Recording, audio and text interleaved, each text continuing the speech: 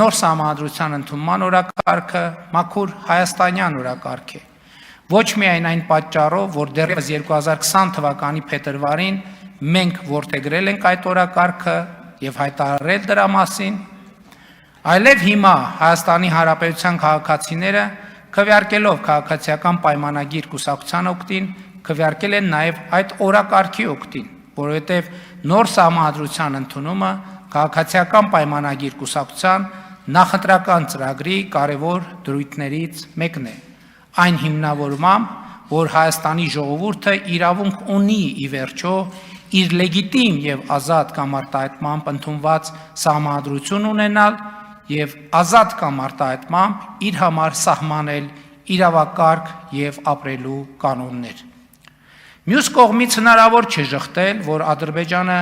շատ ակտիվ արծարծում եւ նույնիսկ գործիքայնացնում է սահմանադրական բարեփոխումների թեման եւ սա հանրահայտ փաստ է,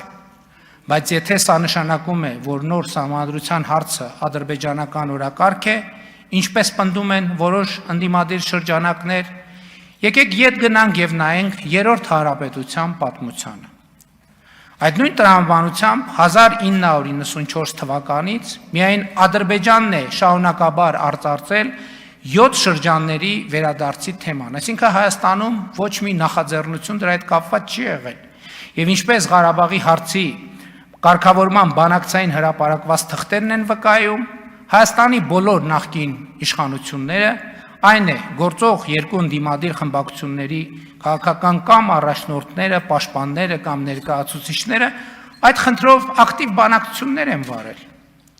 Բայց ինչու են բանակցել։ Բայց ինչու են 24 տարի Հայաստանը պահել ադրբեջանական օրակարգի մեջ։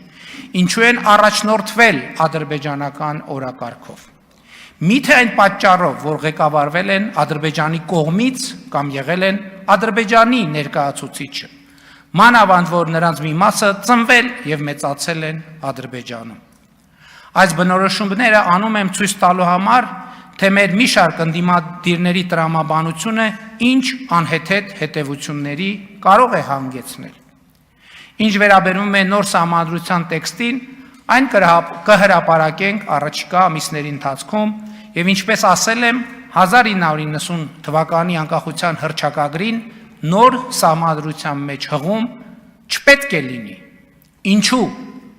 Մի պարզ պատճառով